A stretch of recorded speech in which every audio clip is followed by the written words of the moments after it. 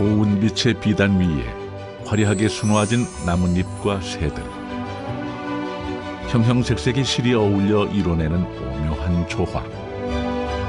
한 땀 한 땀 바느질로 술을 놓는 작업엔 섬세함이 묻어난다. 이제는 세계인의 눈길까지 사로잡고 있는 우리의 전통 자수 보자기. 장인의 손끝에서 새로운 모습으로 부활하고 있다.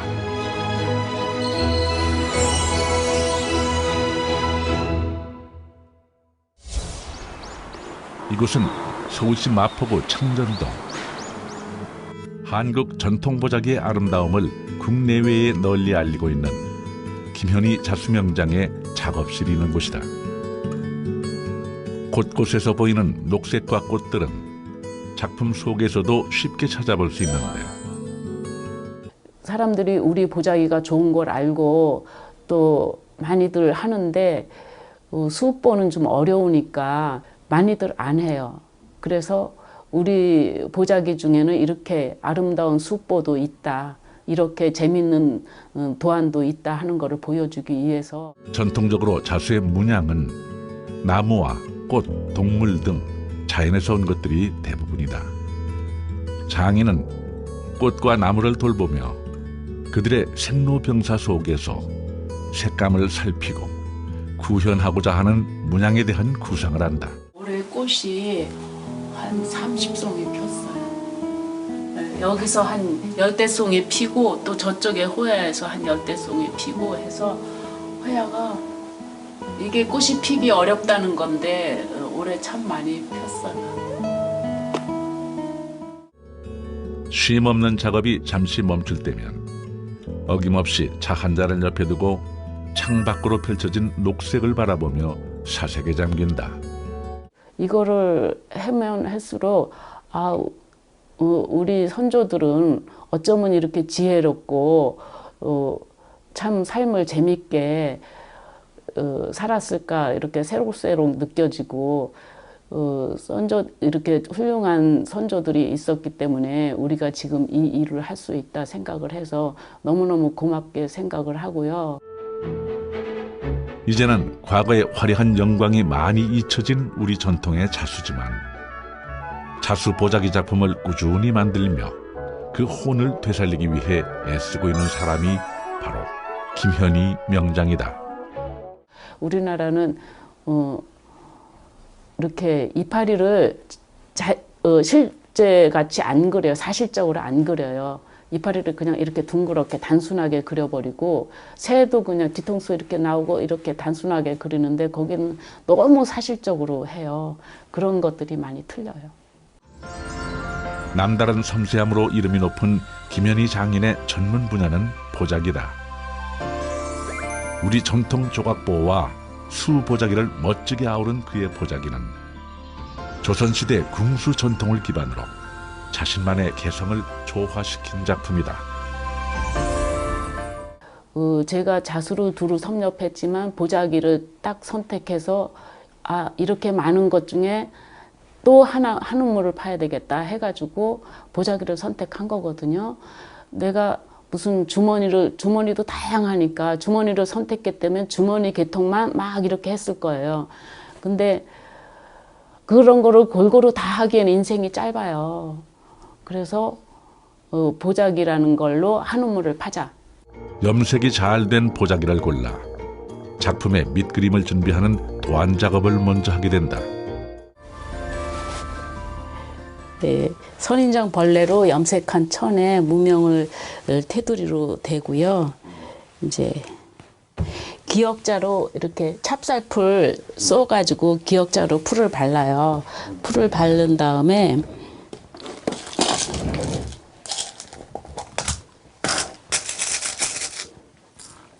한 모서리를 이제 앞정으로 고정을 시키고,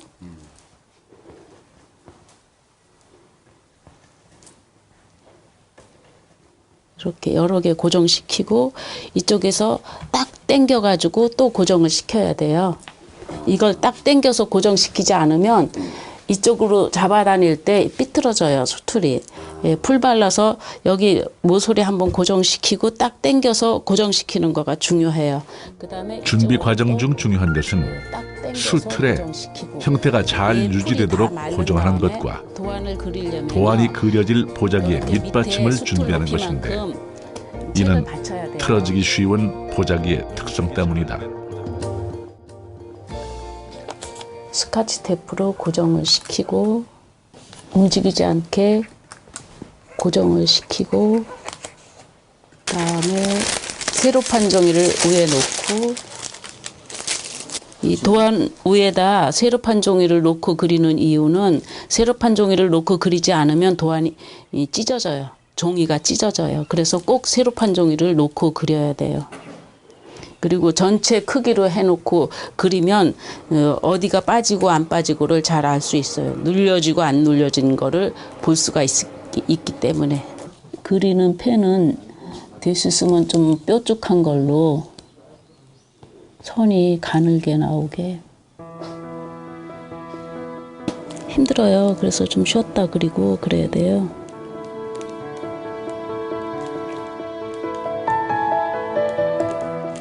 꼭꼭 눌러 그리지 않으면 표가 잘 안 나기 때문에 딴 도안보다 단순한데 그래도 시간 걸려요.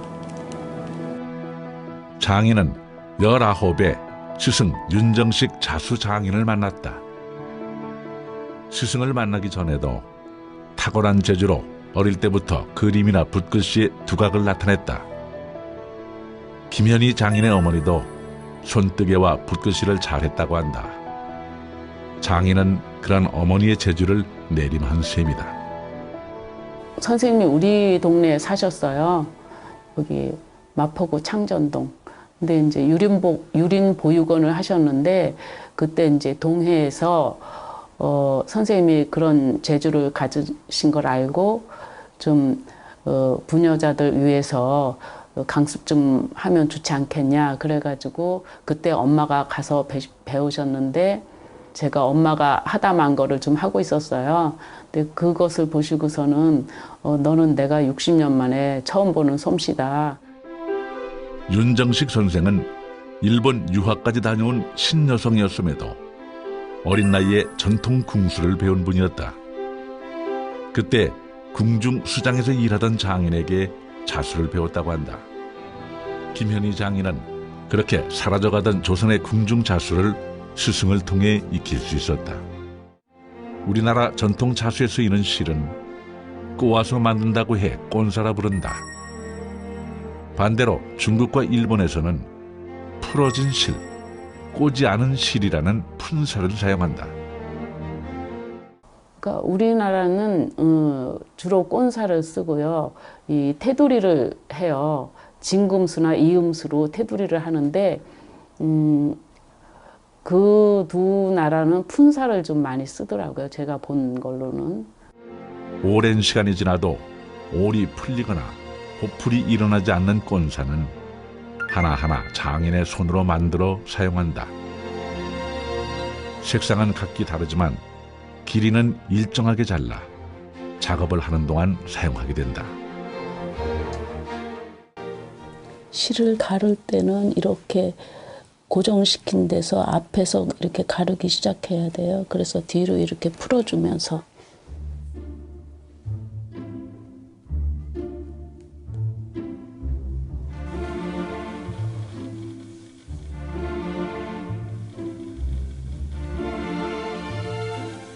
이렇게 실을 꽈서 하는데요. 꼬임 정도가 다 똑같아요. 바늘 낄 때는요. 끝을 뾰족하게 해서 이렇게 해서 바늘을 돌려가지고 이 짧은 쪽에 서너 번 꼬매줘요. 이렇게 서너 번 꼬매준 다음에 얘를 이렇게 뒤로 넘기면 이 실을 다 쓰도록 바늘이 안 빠져요.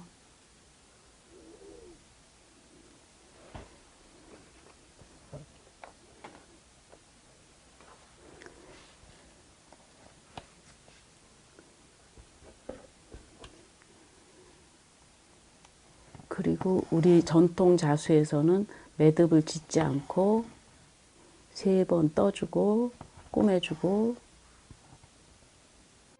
김현희 장인의 보자기는 일본 고등학교 교과서 표지를 장식할 만큼 일본에서 명성이 높다. 그는 한국 작가로는 최초로 일본의 퀼트 전시회에 초대됐고 도쿄와 오사카 등지에서 여러 차례 전시회를 열기도 했으며 보자기를 다룬 책이 일본에서 출판되기도 했다. 하버드 대학 박물관, 오스트리아 빈 민속박물관, 미국 시애틀 박물관에도 그의 작품이 전시되어 있다. 색감은 옛것을 많이 참고로 해요. 옛것을 많이 참고로 하면서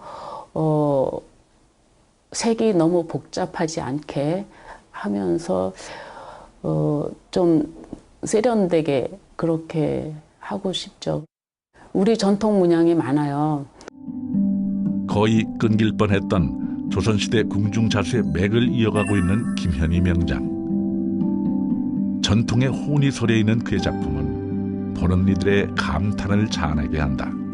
책거리부터 또 다양한 자수의 그런 흉배, 주머니, 필랑 이런 것도 문양이 많지만 보자기에도 여러 가지 문양이 많거든요. 근데 주로 나무를 상징하는 문양이 주로 많고 나무를 여러 가지 형태로 재밌게 나타낸 그런 문양들이 많아요.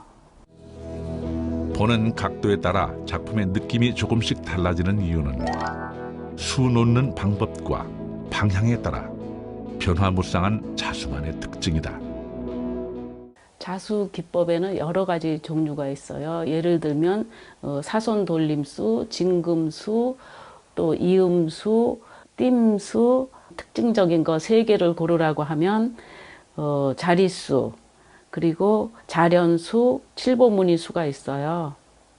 그래서 이 자릿수는 이렇게 직선으로 색깔 변화를 주면서 할 수도 있고 둥근 모양을 색깔 변화 주면서 이렇게 할 수 있어요. 면을 메꾸는 데는 자릿수하고 자련수가 많이 들어가고 칠보무늬수도 들어가요. 그리고 자릿수 같은 경우는 이 수놓은 거가 자리를 짠 것처럼 보이기 때문에 자릿수라고 하는데 이렇게 색깔을 실색을 바꿔가면서 이렇게 다양하게도 할 수 있고 직선으로 할 수도 있고 이렇게 둥근 모양도 면 메꾸는데 하는데 아주 저는 자릿수를 참 많이 써요. 그래서 대표적으로 꼽으라면 자릿수. 또 자련수는 이렇게 매끄럽게 면을 자연스럽게 아주 곱게 이렇게 면을 메꾸는 거에는 자련수. 이 자련수도 많이 쓰이거든요. 그래서 자련수를 또 특징적으로 꼽고 칠보무늬수는 이렇게 선을 나눠 가지고 다른 색깔로도 징궈줄 수가 있고 이렇게 각양각색의 또 무늬가 나와요. 이 칠보무늬수도 면 메꾼 위에 무늬를 놓을 수가 있어요. 이렇게 다양하게. 지금 이거는 그냥 천 위에다 무늬를 놨지만 밑에 실색을 깔고 그 위에다가 무늬를 놓으면 다른 아주 멋진 무늬가 나오거든요.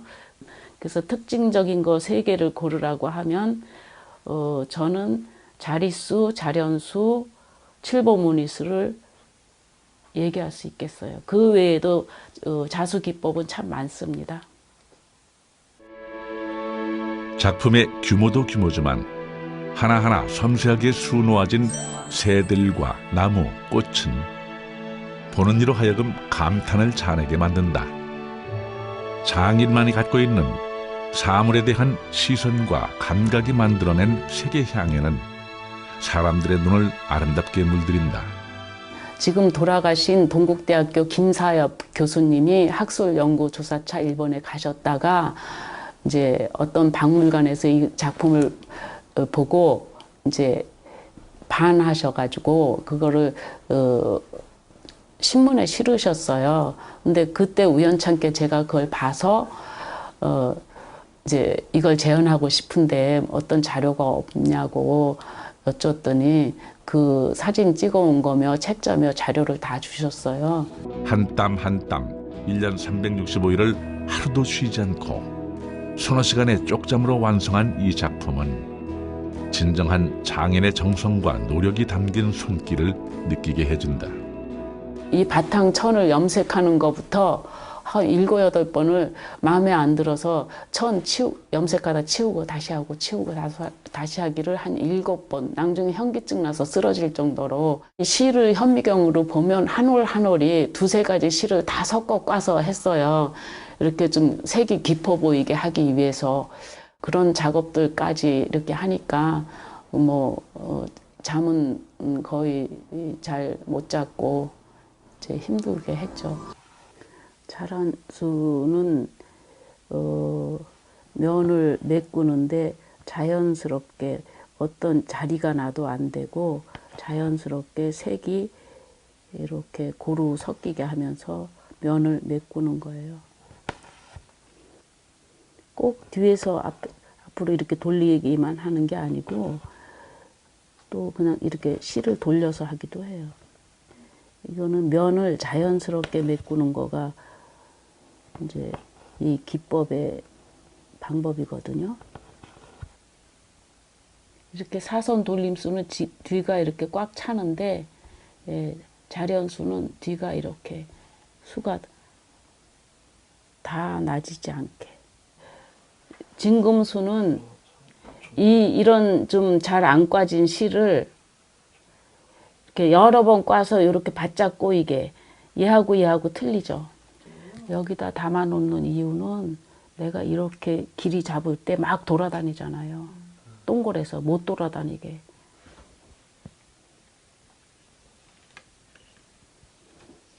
진금수를 하기 위해서 실을 바짝 꽈야 돼요. 그래서 실 꼬는 방법을 지금 하고 있어요. 푼사를 위에서 아래로.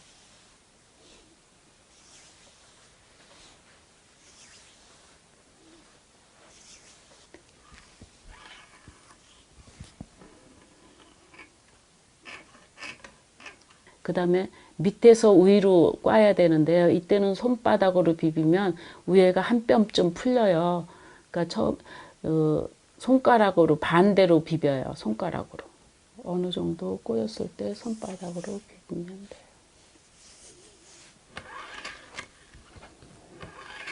돼요. 한쪽 꼬고 한쪽 입에 물고 있고 또 똑같이 아주 바짝 까야 되거든요. 이 길이가 이렇게 틀리면 이쪽이 덜 꼬인 거예요.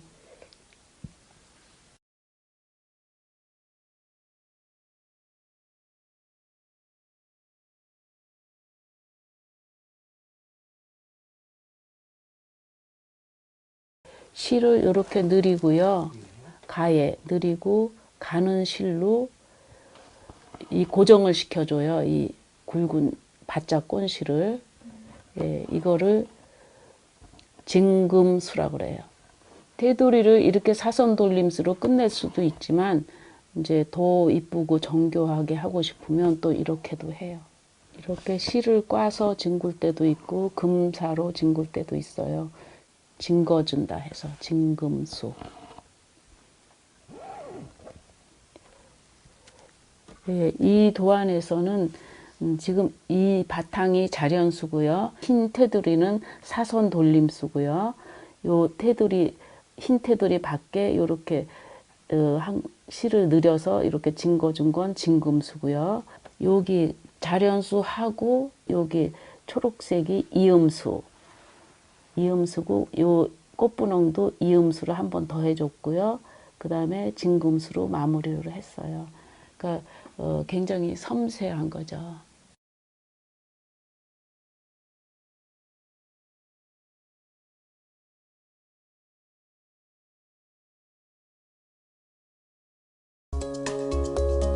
이곳은 다양한 분야의 장인들이 일반인들을 위해 전통공예를 가르쳐주고 있는 한국전통공예 건축학교. 장인의 자수보자기 강의를 듣기 위해 10여 명의 학생들이 분주하게 수업 준비를 하고 있다. 기초를 할 적에 그냥 뭐 조그맣게 이렇게 도안 그려가지고 기법을 하면 이 기법을 어디에 써야 할지를 잘 몰라요. 응용하기가 쉽지가 않아요. 그래서 이렇게 조금 큰 도안을 어떤 그림을 이렇게 해가지고 여기는 무슨 기법, 여기는 무슨 기법 이런 식으로 배워야 이 다음에 이 기법으로 어디에 응용하면 좋겠다 이런 응용력이 생기거든요.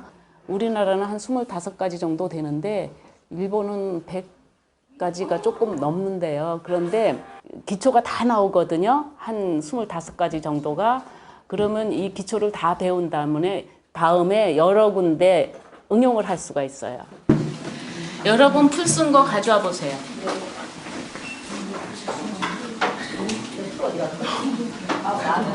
오늘은 약간 너무 돼요? 그러면 안 돼요? 안 돼. 너무 돼. 왜? 잘 썼네. 이건 풀은 잘 썼네. 나 이발 너무 좋아. 풀을 잘 썼어. 잘 썼어요. 어머니가 잘 썼대 이거.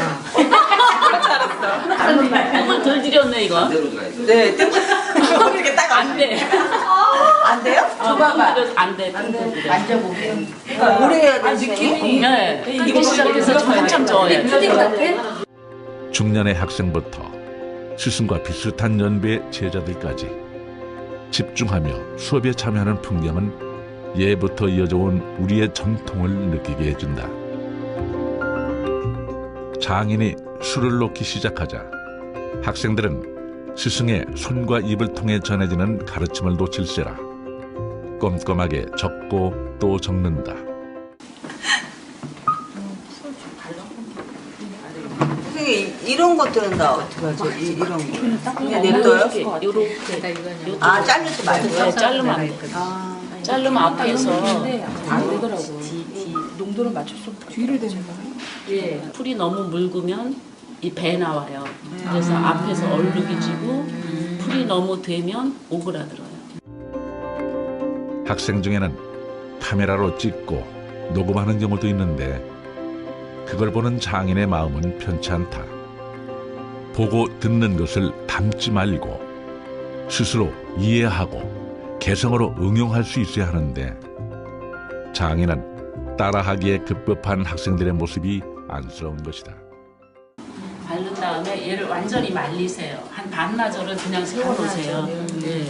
자연 바람에 그냥 말려요. 그러면은 요런 데 겹친 데까지 속속들이 다 말라야 되거든요. 말랐으면 이제 그렇게 해서 말려요. 말린 다음에 이제 밑에다가 이런 큰 냄비 그런 데다 뚜껑 있는 냄비에다가 물을 끓여서 이제 갑자기 뚜껑을 열면 된 김이 싹 올라오잖아요. 그거를 쏘이면 일로 김이 막 이렇게 올라와요. 예, 그거를 대여섯 번 하세요. 아니 김세기 할 때 이거 말렸을 때 김세기 하는 거야? 아니면 저는 말고 풀이 다 말린 다음. 그러면 여기가 눅눅해지거든요. 그럼 또 반나절을 말려야 돼. 예, 말린 다음에 이걸 수트로 떼세요. 요거 광목까지 다 떼세요. 그냥 잘라요 이렇게? 아니 요걸 뜯어내요.